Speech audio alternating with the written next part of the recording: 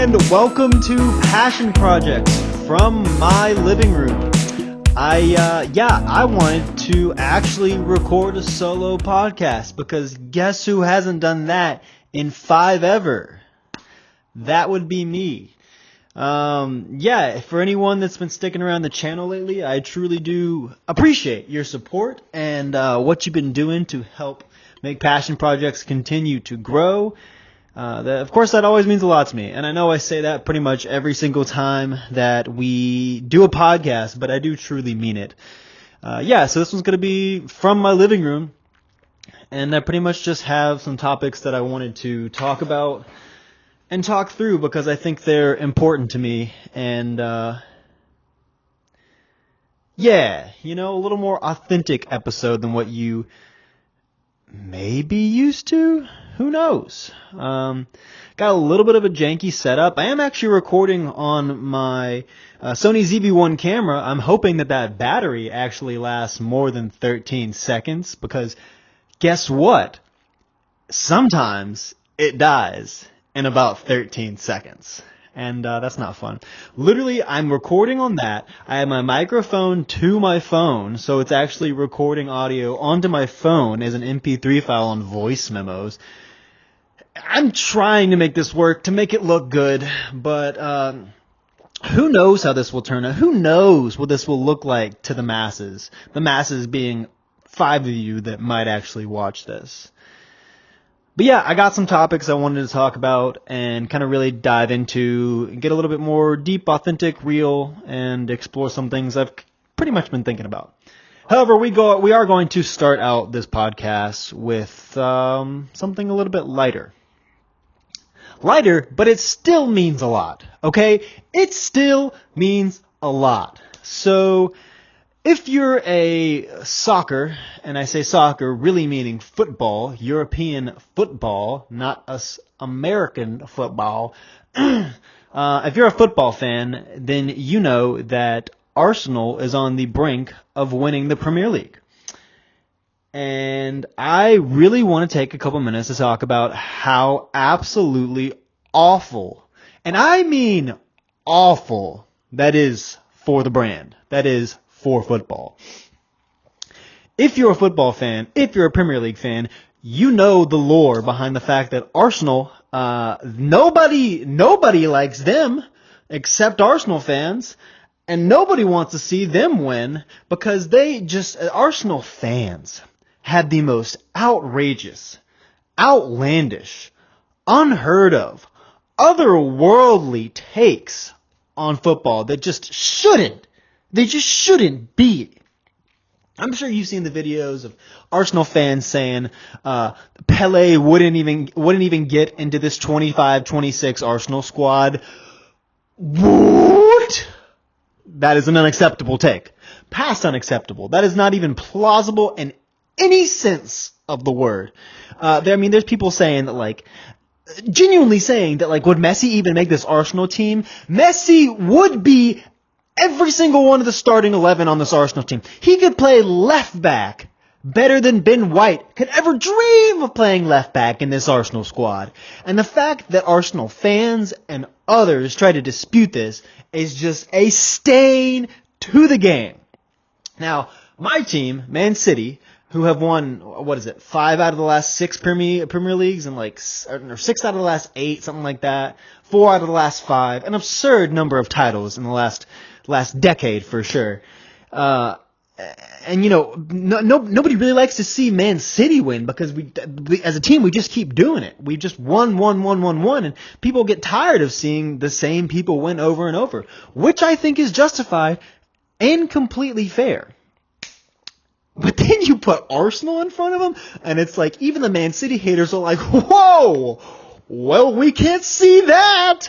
Not an option. And, I really wanted to say all that to say that I truly pray to God. Please, Jesus, do not let Arsenal win the Premier League. We'd never hear the end of it. We would never hear the end of it. Pablo, if you're watching this, I don't want to hear a word out of you if you win the Premier League. Not a single word. Not a one. We would never hear the end of it. I am begging for Pep Guardiola's side. I am begging for Man City to actually pull off what they can do, and also at the same time let Arsenal bottle it like they always do. And yeah, I had to get that off my chest. I've been needing to tell that to someone for like 2 weeks. However, my wife doesn't really keep up with football in the same way that I do, and doesn't really care in the same way that I do. So even though I can explain this to her, it won't. It won't. Basically what I'm saying is, it won't. Which also leads me to the next thing I wanted to talk about, which is the Champions League final. Now, the Champions League final is between Paris Saint-Germain and Arsenal. And simply put, I think PSG probably is the best team in the world, best club team in the world. It's kind of hard to dispute that. In my heart, I think Barcelona and Bayern Munich on their best day are better than PSG. But PSG, they've won the games, so you can't dispute that. They've gotten to here 2 years in a row. They have the chance to be back-to-back Premier League champions. They've won Ligue 1 twice, or not even twice in a row, 15, like a century in a row. And of course, that's probably not going to change unless Mbappe goes back to Monaco. Yeah, I just you gotta really just clap for PSG for what they've done, for what Luis Enrique has done with that squad. I think it's pretty admirable how he's taken a team that really was seen as more of like a laughing stock of Europe and turned them into a real powerhouse. Like, even if they don't win this Champions League final, which I think they will pretty easily. Even if they don't win this Champions League final, like what they're doing over there is truly building this legacy that is outshining the critics. And yeah, so my Champions League final prediction, I do have PSG winning this 3-1. I could see it being more than 3-1. I could see it being 4-1, 5-2.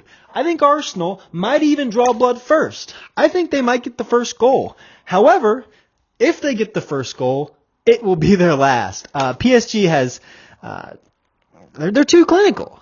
They're too clinical. I don't think Arsenal is the team to beat. If anyone was going to beat PSG, it was going to be Bayern Munich. And if Bayern Munich beat PSG, Arsenal were also not going to beat Bayern Munich. It's as simple as that, unfortunately. Yeah, so I got PSG, I think 3-1. I think that's my final scoreline predictions, 3-1. Very excited for that game. And, yeah, I'm looking forward to that. But also, on top of that, I must say that PSG, for the world, just like Man City has to do for the Premier League, for the world, we cannot have Arsenal win. If you let Arsenal win, the whole world will be upset. And I'm not exaggerating. That is actual fact. Like, that is point blank truth. The whole world will be upset if PSG is upset by Arsenal in this Champions League final. Simply put, point blank. That's how it is. That's what we're doing these days. Arsenal's going to go trophyless. For what? When did they win the FA Cup last? 2019? For 7 years in a row? That would just be buenísimo, fantástico. All the words, all the adjectives. That's two big things that I really wanted to talk about. And shifting away from European football, I want to take another couple minutes to really just discuss the World Cup. For my whole life, I've been a fan of the World Cup. The whole world happens to be fans of the World Cup. Hence the name, World Cup. But it just seems to me like this one is just tainted. It's just tainted. In fact, let me get a little more cozy for this. Let me get a little more cozy. 2010 South Africa. You know, banger, absolute banger. 2014 in Brazil. That Germany-Argentina final, the 7-1, the Brazil, that's where literally where the Brazil came from, that semifinal between Brazil and Germany, getting absolutely thrashed by the Germans. I'm sure that wasn't fun. Not a good day. Still not a good day for them. 2018 in Russia, good World Cup. solid, I would say. The final, France, Croatia, what was that, 5-2? I mean, just an absolute blistering final. 2022, of course, I think most people would say, and I would 100% agree, the absolute best World Cup of this century. Possibly ever. I think it's at least got to be in talks of possibly ever the best World Cup. But man, that 2022 World Cup final, Argentina, France. Oh, you talk about pure, unbelievable, unadulterated cinema. That's what that was. Unadulterated cinema. Argentina going up 2-0 in the first half. I believe it was the first half. I know it was at least 1-0 the first half with the Di Maria goal. And then 2-0 some point early or late first half or early second half. And then out of nowhere, Mbappe just coming out of nowhere, to score 2 goals, to tie that up, to take it to extra. I mean, also, of course, with those Mbappe goals, 2 fantastic goals. 2 worldies, really. And there weren't tap-ins. Mbappe worked for those goals. As much as I don't like Mbappe, he was the man that final. If it wasn't for Messi, it would have been Mbappe's day. And in some ways it still was. Then to go into extra time. To have Messi get the go-ahead goal, 3-2, in extra time. Then to have Mbappe finish it off with a hat trick, make it 3-3 in extra time. Already one of the best World Cup finals ever. Take it to penalties. Mbappe nails his penalty. Messi nails his penalty. It's up to the rest of the squad. I can't think of the guy's name that actually took the winning penalty for Argentina, but I mean, God, the emotions. Messi falling to his knees, the Argentina squad, the way they wrapped themselves around Messi and really just clung on to their captain in that moment. I mean, unbeatable.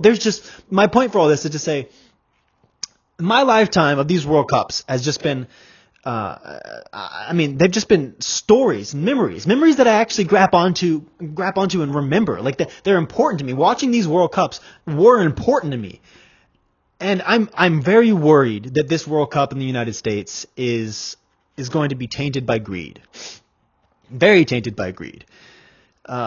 First of all, the United States. I love my country to the best of my ability. However, we are a very greed-driven country, and it breaks my heart to say that, but it's just the truth. We are a greed-driven country. The best way I can actually personify that is to say this phrase that I've heard a number of times. I don't even know where it started, but most of the rest of the world works to live, and the United States lives to work. That basically sums it up in a very succinct way that I think actually describes the U.S. pretty well. And I and many others are seeing that really bleed over into football, into the fact that the U.S. is hosting the FIFA World Cup. Ticket prices. Thousands of dollars for shite tickets. That alone, that's unacceptable. The World Cup should be a place where quite literally people of any color, race, ethnicity, gender from all around the world can just come and take a month and enjoy the most beautiful game I believe the world has to offer. None of the World Cup should be strictly about revenue. Of course, FIFA and the teams, the national teams, the coaches, the physios, the players, the groundskeepers, all those people, they have to get paid. They have to make a living. That is what they do for a living. That is their livelihood. However, what I'm worried about is the fact that you see this go well beyond just the fact that players and coaches, all those people I named before, have to get paid. It goes into what is the maximum amount of profit that we can make from this event, strictly because it is the biggest event in the entire world. Ticket prices through the roof, thousands of dollars. I believe the very least you're going to get hundreds of dollars for crappy seats, but you're paying more than likely thousands of dollars, especially when it gets towards those knockout rounds, the quarterfinals, the semis, the finals, of course. In New Jersey, where the actual final is being held, it's basically a stadium and then gigantic parking lot. The only real way you can get there is through, I believe it's either an actual above ground train or part of the metro, the subway. That's really the only safe way that you can get there, based on what I've heard and read and seen. And New York has decided to make that fair $100+ when it's normally like $8. Another example of just the greed behind these organizations that is taking advantage of people that just want to watch a game. When all people are thinking about right now in the United States and across the world, it's the fact that nothing is affordable. No one can pay for anything. Housing is up 6,000,000%. Food is through the roof. You can't go anywhere. You can't go to any restaurant without paying double what you were even 5 years ago. Everything, gas is just inflated. In California, you're seeing $7, $8 a gallon. You're seeing $4 or $5 a gallon here, which is insanely expensive in South Carolina. And the World Cup, it should just be this time and this place that people can come together and just watch their team play. And I feel like all that happens is just continuous greed and pulling on people's wallets until they got nothing left to give.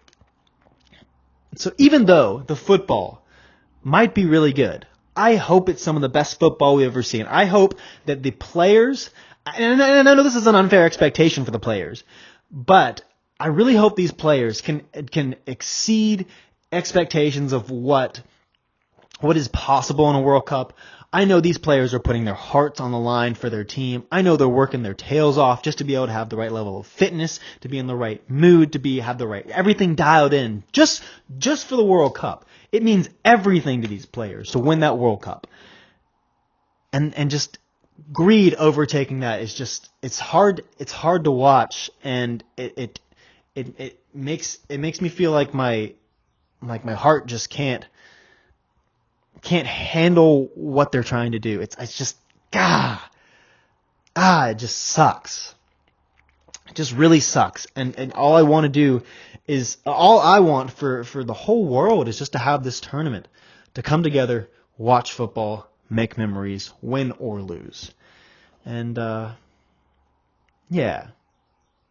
I think that's all I had to say about that. If you're actually still watching this, thank you for listening to me rant about football for 3 different scenarios. So let's just let's summarize that real quick. Arsenal cannot win the Premier League. Man City must. Arsenal's got to bottle that. Man City's got to sweep it up. Arsenal cannot win the Champions League. PSG, you know what you have to do. 3-1, 4-1, 5-2. I don't care the scoreline. I mean, I do care the scoreline. Beat their ass. Kill them.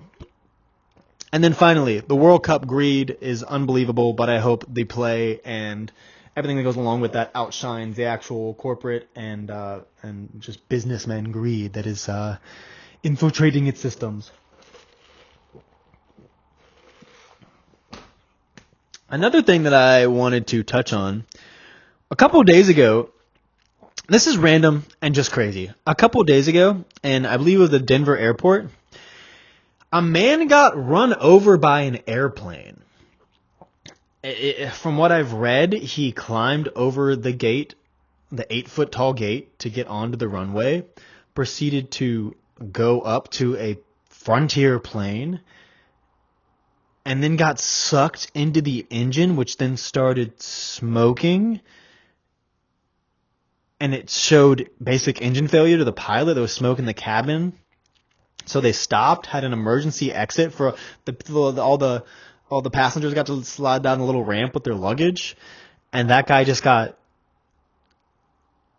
like Kingsman 2. Y'all seen that movie? Like with the meat grinder? Yikes. I guess to what I read is they ruled it as a suicide. But sheesh. Tough day for that guy. Ugh, tough day for the pilots too. God, could you? You didn't, as that pilot, you didn't do anything wrong. But that's still on your conscience. I mean, technically speaking, you did kill him. But even though you didn't kill him, that guy did that on his own. And there was many things that happened that should never have happened, so that guy was never even in that position for that to happen. And of course, it's just an awful, awful, tragic thing. My heart goes out to his family. I feel so sad that he even was in a state of mind to where he could even do that to himself. It's awful. It's awful. been praying for his family, his friends, everyone that knows him, and just the passengers on board that they're safe, and the pilots that they don't carry that awful feeling with them the rest of their lives. But yeah, I kind of wanted to touch on that because just sheesh, literal craziness, literal craziness. Yeah, so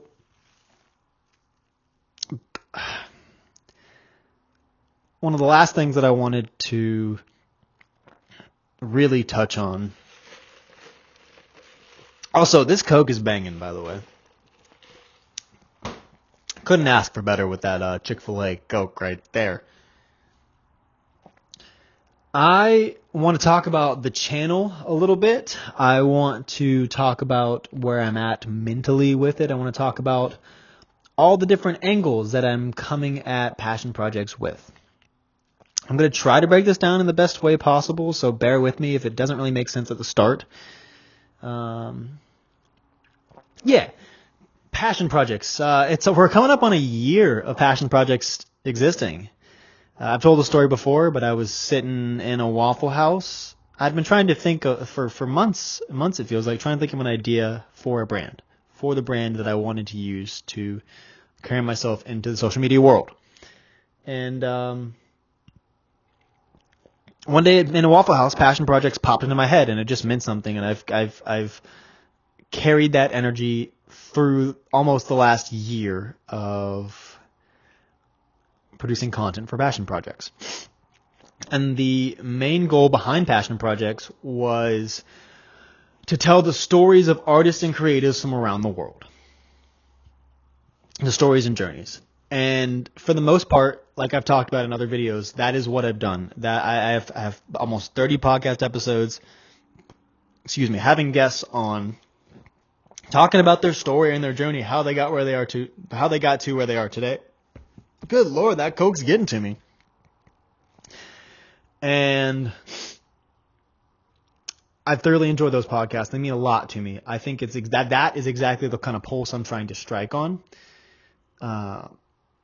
Creating daily short form content that goes along with that has been quite a grind. As most of you know, a lot of the reason you're subscribed to me is because of the debt payoff series that I did. I think it was 156 days.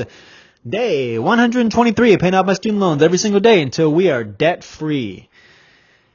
Along with numerous other videos that I've done. And I believe in this time I've posted 600 and something posts. It shows you on Instagram how many you posted.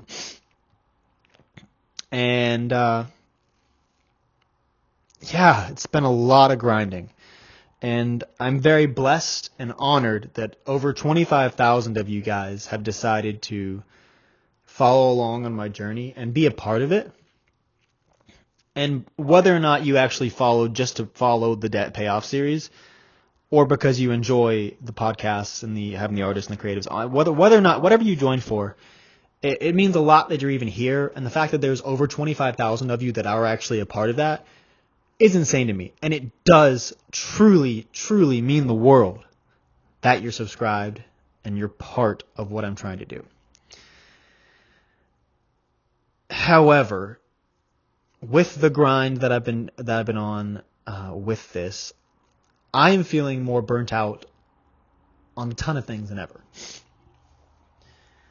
It might not seem like a lot, but the 1 to 2 hours that I spend every single day doing the debt series or just editing videos and just the amount of hours I've spent recording and editing over the last year has just gotten me to a point where I am finding it so hard to even, it's just every little task, like literally just to record, literally just to record this podcast, I had to overcome more friction than I've felt with a task in a long time. And now that I'm going and I've started and we've been rolling with this for 25 minutes almost, it reminds me how much I enjoy talking to the camera, talking to y'all, talking about world events, what's going on, all those kind of things. I truly, truly do love it.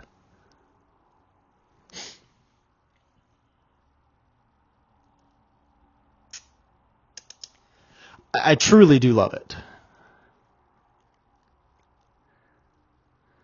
And it's just, I want to branch this out in so many different directions.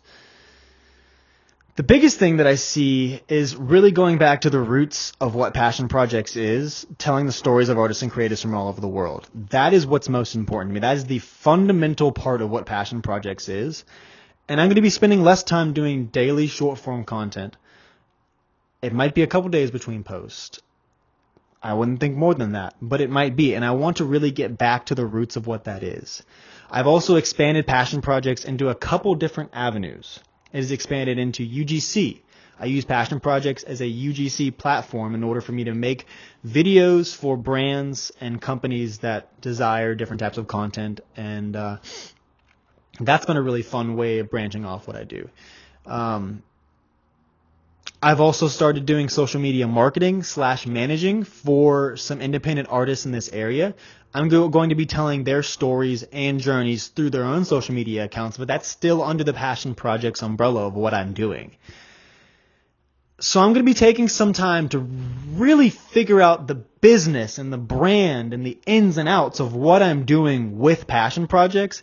It's not going to be nearly as focused on this is day 1, 2, 3, 4, 20, 67, 92 of this series. It's going to be more driven by the actual root of what Passion Projects means to me and what it is also going to mean. The biggest avenue that I want to take Passion Projects down is Passion Projects University. I believe that art and creativity and whatever form of art that you want to pursue in life, whether you're a kid or a 60-year-old or whatever, midlife crisis, quarter life crisis, you're a baby, I don't care. I think art and expressing yourself should be something that is free and accessible to everyone.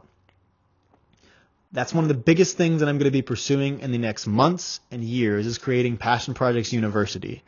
A website, an app, a place, possibly even an actual physical location where you can freely learn the basics of drawing, sketching, painting, producing music, whatever creative avenue you want to go down, writing, storytelling, mixing, mastering, decoration, whatever you can think of. And really turn that into something that is like a powerhouse as far as art, creativity, and education combined. And also give you an avenue and a class and a way to actually monetize and create a platform, create a brand, create an actual revenue from the art that you do freely. At some point within that process, there will have to be versions of it that you do have to pay for. Obviously, you have to pay. You have to be able to make money from things. You have to be able to sustain it in that way. But that's definitely one of the biggest long-term things that I see for Passion Projects. I'm sorry I've been feeling so burnt out and the content hasn't been consistent. And the series that I've started lately have fallen short of expectations that you've had of me in the past. But I guess this is all to ask you guys to just trust me, to stick with me, and to just be a part of what I'm trying to do here. I want to change I'm going to change the world with these ideas and what I have in mind for UGC, for social media marketing, and for Passion Projects University, and also just consistent content that I'm posting with podcasts and other things along those lines, and just that kind of content. And it would mean a lot to me for you to stick by me, to be here, to be a part of it, to enjoy what I'm going to create and put out in the world, because it is going to change the world. I know that. And not change the world in this like tech oligarch, Elon Musk, Iron Man, billionaire type of way that is like SpaceX, that kind of stuff, or like going to Mars. I want to change what's happening right here in the world. I want to take art, creativity, something that is being squashed by today's society because of the fact that we're on our phones all the time and have the attention spans of freaking mice, and turn that into something beautiful that people can use to actually go out in the world and create. We've gotten into this time period where everything is bland and boring and the same. Everything is the same, and it all sucks and it's boring. And then you go to Europe, and there's these gigantic, gorgeous cathedrals, and the architecture, and the class, and the curves, and the Roman and Greek and ancient, just like, there needs to be a revival of not just those ideas, but ones that we can make, build on top of that, and expand, and have this next renaissance of art and creativity. And I want to be a part of that. I want to start that. I want to continue whatever momentum we have going with that and skyrocket it. That's my goals for passion projects, not just some daily series. And if you want to be a part of that, please like what you're watching. Interact with it. If I release something new and you like it, be a part of it. Be with it. Be in it. Spread it. Any of those kind of things helps and makes a massive difference. And I think that's all I really want, is to make a difference for the next generation, to have the ability to have access to past that maybe you and I were never given. Because, how I feel, unlike generations in the past behind us that have taken advantage of what they got and then shut the door behind them, I want to provide the next people behind me with a chance to make way more of themselves than they ever could have imagined. That's my hope and dream for the next generation of the United States, of whatever country, Canada, Mexico, Italy, Spain, Nigeria, South Africa, Japan, wherever you're from, whatever you look like, whoever you are. I want you to have opportunities in art and whatever creative outlet you want that I never could have even thought of. Because my generation, the people that I grew up with, the people that I am going to live the rest of my life with, simply opened that door and allowed you to walk through it. And goodness, I think there's going to be something so unbelievably beautiful to that. And I cannot wait to watch the next 10, 20, 30, 40 years of that unfold in real time for you guys and for myself too. As much as I want to help other people, it's also for me. I want to succeed and do well and see this dream come to life in a way that maybe I don't even know what it looks like yet. And that, that's my thoughts. That's my head. Bing bong. Wow, you literally sat around for 33 minutes just for me to say bing bong. Wow, that's crazy. Anyways, I don't think I have much more to say on that. I don't think I have anything else to say on that. I love you guys, but I think I'm done. I think that's all I got. Yeah, Arsenal, don't win anything. Don't do that. Bottle it again. Second place, Champions League. Second place, Premier League. That's what you're doing. Yeah. If you watch this all the way through, you're a real one. Maybe Dom, if you've watched this all the way through, you a real one. I love you guys. Thank you. And, yeah, we'll see you next time on Passion Projects. Alright, bye.